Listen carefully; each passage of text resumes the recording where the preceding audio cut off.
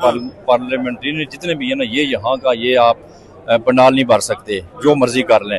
Worker کی محبت ہے، ورکر خان کے بغیر نہیں رہ سکتا ہے اور خان ورکر کے بغیر نہیں رہ سکتا ہے۔ بے شک علیمہ خان جو مرضی کہہ لیں، جو یہاں پراپر آتے ہیں لوگ جن کی پیار محبت ہے، بے شمار لوگ ورکر جو ایسے ہیں جن کے پاس کرایہ نہیں ہے، مجبور ہیں، ورنہ خدا کی قسم ان کے دل ادھر دھڑکتے ہیں۔ تو اگر یہ ایم پی ایم این اے ان لوگوں کو ٹرانسپورٹ دے دیں ایک منگل والے دن کے لیے، تو آپ دیکھیں یہاں پہ جو لاکھوں کی تعداد، ہزاروں نہیں لاکھوں کی تعداد ہو جائے۔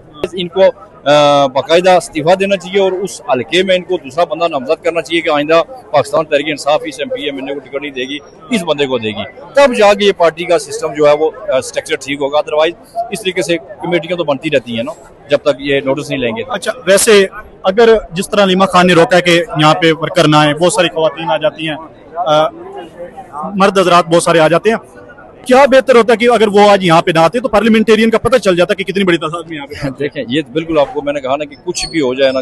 بہت شکریہ سردار صاحب، بتائیے گا آج بڑی تعداد میں ورکر پہنچے ہیں، علیمہ خان نے تو ویسے روکا تھا کہ ورکر یہاں پہ نہ آئیں، آپ کیا کہیں گے؟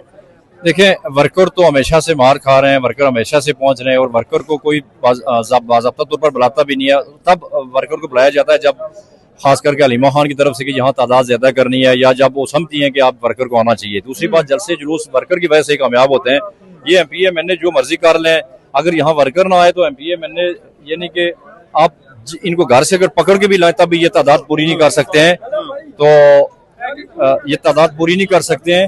اس لیے ہم یہ جو ابھی کمیٹی بنائی ہے انہوں نے، جو کمیٹی بنائی ہے، اس کمیٹی کا رسپانسبلٹی ہے کہ یہ ابھی جو ہے باقاعدہ آج یہ دیکھیں کہ کتنے بندے آئے اور ان کی باقاعدہ یعنی کہ دوسرے دن یا تیسرے دن پریس ریلیز جاری کریں کہ یہ لوگ کیوں نہیں آئے۔ اگر کوئی ایم پی ایم این اے مجبور ہے، بیرون ملک ہے، تو جب یہ الیکشن لڑتے ہیں 10 بندے ان کے ساتھ ہوتے ہیں اور یہ کوئی پی ایس ہوتا ہے، کوئی پتہ نہیں کیا ہوتا ہے اور ان کو ایک برابر ایک بندہ نامزد کر کے ان کو چاہیے کہ وہ بندہ یہاں بھیجے اور وہ انٹری کرائے کہ یہ اس کے ساتھ اتنے بندے آئے اور یہ فلانے ایم پی ایم این اے کا۔ ادروائز خان کو رہا کرو، ایک ریاست دو دستور، ایک ریاست دو دستور، کون بچائے گا پاکستان؟